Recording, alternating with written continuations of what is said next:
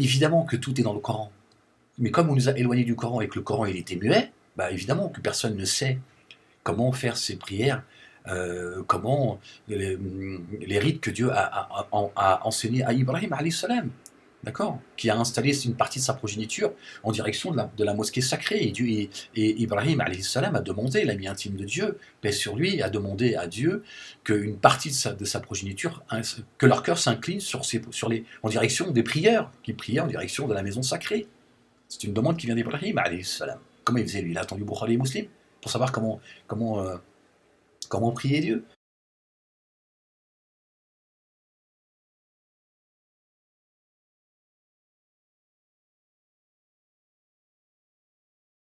C'est pas important de savoir aujourd'hui si c'est 5, si c'est 4, si c'est 6. Attendons que Dieu nous réponde. D'accord? À partir du moment où tu pries, tu suis les commandements de Dieu qui sont dans le livre et qui se sont révélés aujourd'hui, faire ses ablutions comme le Coran le demande, faire sa prière avec une voix moyenne, etc., que nous devions faire 1 ou 5, quel est le problème? Aujourd'hui, il faut patienter, c'est tout. Il faut sortir de l'association, il faut arrêter de tordre la parole de Dieu, de la combattre, de la nier, de la mépriser, de ne rien lui associer, et tout viendra à nous. Dieu dit, la salat éloigne de la turpitude et du blâmable. L'évocation de Dieu est plus grand encore. La salat nous aide à nous rappeler Dieu et l'évoquer. Donc la salat ne peut pas être plus grand que l'évocation de Dieu, puisqu'elle est l'outil qui permet de nous rappeler. Vous avez vu comment ils vous ont chargé? Ahmed, il est venu pour cela aussi. Vous décharger du fardeau qu'ils ont mis sur vos épaules, qui, eux, vous ont finalement poussé à ce que vous alliez à la salat, tu vois, en traînant des pieds. Il faut que je rattrape mes salades, je suis fatigué, je rentre du boulot, putain. Je vais me prendre un bon petit café. Donc déjà, tu es déjà vénère de rencontrer Dieu. Regardez dans quoi ils vous ont mis. Et c'est eux qui vous poussent finalement à avoir ces pensées. Voilà pourquoi Ahmed aussi il vient. Pourquoi Dieu envoie son avertisseur, son envoyé, pour vous décharger également du fardeau qu'ils ont mis sur vos épaules. Qu'est-ce que Dieu a à faire de tes prières que tu n'as pas faites? Si tu n'étais pas au rendez-vous, tu n'étais pas au rendez-vous. Quand tu avais rendez-vous avec quelqu'un et qu'il n'est pas venu, tu vas pas rattraper ton rendez-vous. Hier, c'était hier. Et quand tu lui redonnes rendez-vous, tu lui dis bon ben c'est pas grave, on se voit dans ce cas-là demain, et que la personne vient à l'heure, ce sera plus le même jour, ce sera plus le même rendez-vous, et vous direz pas la même chose que s'il était venu hier. Donc tu veux rattraper quoi? Une journée qui n'est pas entre tes mains? Tu veux rattraper le temps? Tu vois, il y a une minute, la minute qui est passée, elle est passée, je peux plus revenir en arrière. Et ce que j'ai dit il y a une minute, je pourrais pas le redire, ne serait-ce que de la même manière, avec les mêmes émotions, à quel point quand Dieu dit je suis le maître des mondes, vous imaginez même pas. C'est-à-dire que cette minute-là, c'est un monde. Et dans cette minute, il se passe un tas de choses qui nous dépassent. C'est-à-dire que même mes émotions, elles ont existé dans cette minute-là. La minute d'après, l'émotion, elle n'est plus la même. Comment vous voulez Subhanallah al-Azim, Dieu il a un contrôle total. Mais total, c'est total. Ça veut dire qu'on ne s'imagine même pas en fait ce qui s'est passé dans cette minute. Il faut rattraper votre jeûne et tout. D'une débilité profonde, va rattraper ton jeûne. T'appelles les gens à rattraper leur jeûne, pourquoi faire? Qu'est-ce que Dieu a à faire de ton jeûne de l'année dernière? Ou de tes prières d'hier? Qu'est-ce que Dieu à en faire si tu ne les as pas faites? Parce qu'à un moment donné, vous n'allez pas raisonner un minimum.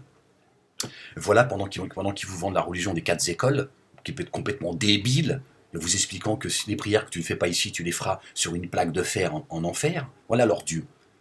Voilà leur Dieu. Un Dieu crée les humains, il dit vous priez. Si tu ne pries pas, tu prieras en enfer.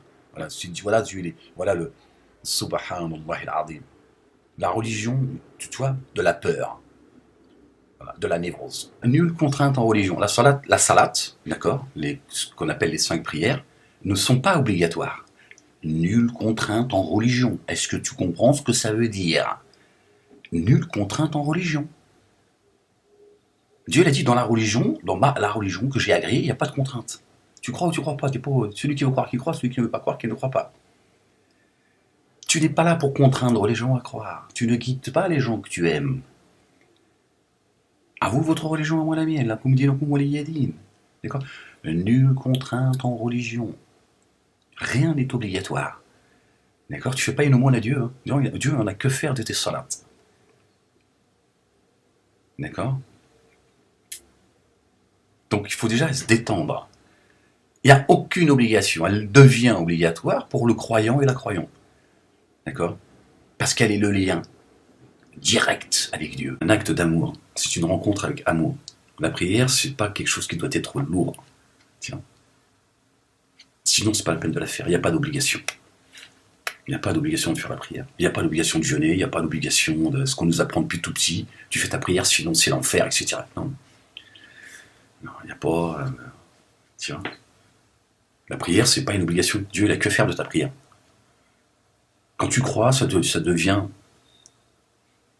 Il y a des règles à respecter. De faire tes prières de manière scrupuleuse. Dieu t'observe. La croyante et le croyant qui sont sincères et qui vont pas à leur salat à reculons, quand ils peuvent pas faire leur salat, ben, Dieu sonde les poitrines, le fond des poitrines. Tu vois, quand tu sais que tu n'as pas fait ta salat et que tu y réfléchis, tu dis ah, je suis dans les embouteillages, mince, c'est l'heure de la salat, je peux pas la faire. T'es en salat, puisque tu te rappelles que c'est l'heure de la salat et que c'est l'heure du rendez-vous avec Dieu. Tu es dans le rendez-vous, parce que tu es déjà en train de dire, tu es en train de penser dans ton cœur, et Dieu sonde les cœurs, et Dieu sait que tu aurais bien voulu rentrer en contact avec lui pendant ce laps de temps où le ciel est ouvert. Donc tu es en salade. Plutôt que vos salades d'hypocrites, d'associateurs, où vous allez pointer comme à l'usine. Tes 5 prières par jour, c'est pas pointer, tu vois. C'est une rencontre. Si tu as loupé ta rencontre, tu l'as loupé. D'accord? C'est Dieu qui écrit le lendemain de chacun. À aucun moment dans le livre, le Coran al-Hakim, Allah subhanahu wa ta'ala, il demande à ses serviteurs, d'accord, à ceux qui lui rendent grâce, de rattraper ses prières. Et jamais. Ce sont leurs livres, leurs sunnas de merde. C'est ça la réalité. D'accord? Donc ils nous ont chargés, culpabilisés. Tiens. Et il faut faire un tas de choses. Hein. Je vous parle même pas de toute leur pseudo-science sur la salade. Écoute, Dieu t'a donné rendez-vous, tu peux pas, Dieu y voit, il sait très bien. Tu dis tant pis, c'est pas grave, j'ai pas pu faire ma salade. Alhamdoulilah, je ferai la prochaine. C'est ça. La salade, c'est une rencontre avec Dieu. C'est pas un fardeau. Pas tu pointes. La salade, c'est un outil. C'est pas la finalité. Ils confondent la finalité et l'outil. C'est un outil. Alors, je ne suis pas en train de minimiser la salade. N'allez pas me charger, vous aussi. Moi, j'ai pas dit que vous faites vos prières quand vous en avez envie. Chacun fait ce qu'il veut, c'est pas mon problème. Je suis pas là, d'accord? C'est pas du tout ce que je dis. Je dis, si tu peux pas faire 1 ou 2 salades, ou 3, c'est pas si grave que cela. Si vraiment tu ne peux pas la faire. Et que ça te peine de ne pas pouvoir la faire. Dieu finira par t'aménager, tu vois, un calendrier où tu pourras, à un moment donné, faire tes prières. Et il vaut mieux, encore une fois, je vous le dis, il vaut mieux faire une prière sincère, acceptée par Dieu, que d'en faire 5 d'hypocrites. Il n'y a rien à rattraper, en fait. De quoi vous parlez? Dieu est un Dieu vivant. Chaque jour est une création nouvelle, il n'y a pas à rattraper le lendemain. Hier, c'était hier. La minute qui est passée, c'était la minute qui était passée. Dieu ne t'a pas demandé de rattraper tes salades dans son livre. Sinon, trouve-moi où est-ce que c'est marqué. Dieu, il a dit, les croyants sont ceux qui font leur salade aux heures prescrites, qui donnent le monde légal, qui font le bien, qui croient à l'autre monde avec certitude. C'est tout. Donc quand tu es croyant, tu fais tes salades, c'est tout. Il n'y a pas d'obligation. Personne ne t'oblige à faire ta salade. Tu l'as fait si tu es croyant. Si tu ne la fais pas, tu n'es pas croyant. Khlas. Dieu dit dans son livre, la salade éloigne de la turpitude et du blâmable. L'évocation de Dieu est meilleure encore. C'est parce qu'on en a besoin de la salade que Dieu, par miséricorde, à la demande de notre bien-aimé Ibrahim, la seule religion acceptée par Dieu, Dieu nous l'a prescrite. À la demande d'Ibrahim, pas de Mohammed alayhi salatu wassalam. La salade, c'est une relation personnelle qui concerne individuellement chacun de nous. Ta rencontre vers Dieu, si tu la veux,